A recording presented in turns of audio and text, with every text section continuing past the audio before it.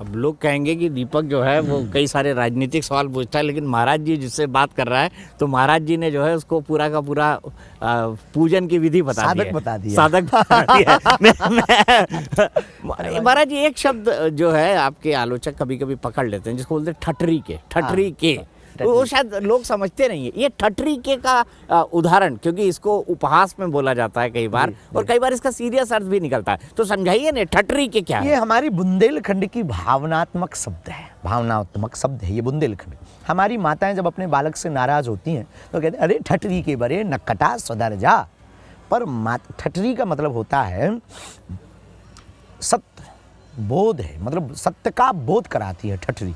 ठटरी है स्मशान की पर जाने के लिए जो शव को जिस लकड़ी के उस पर रखा जाता है वो है ठटरी, जिसको अर्थी भी कहते हैं। अर्थी भी कहते, कई जगह पर अलग अलग नामों से उसको कहते हैं। तो अर्थी जो होती है उसे बुंदेलखंड में ठटरी कहते हैं। अच्छा। हाँ, क्योंकि वो लकड़ियों से मिलकर के बनती है, उस पर शव को लिटाया जाता है।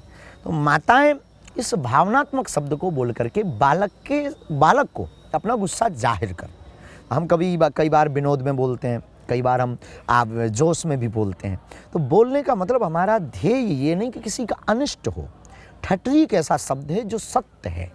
हमसे एक बार एक व्यक्ति ने पूछा कि आप पर्चा बनाते हो, ऐसा पर्चा बनाओ कि जो कभी कटे ना। हमने कहा वैसे आज तक हनुमान बागेश्वर बालाजी की कृपा से कटा नहीं, लेकिन तुम्हारे लिए हम स्पेशल बनाते हैं। तो पर्चा तुम्हारा होगा, पेन तुम्हारा होगा, लेख हमारा होगा। पर्चा वो लाए, बहुत बड़े फिल्म स्टार थे, और वो पेन लाए।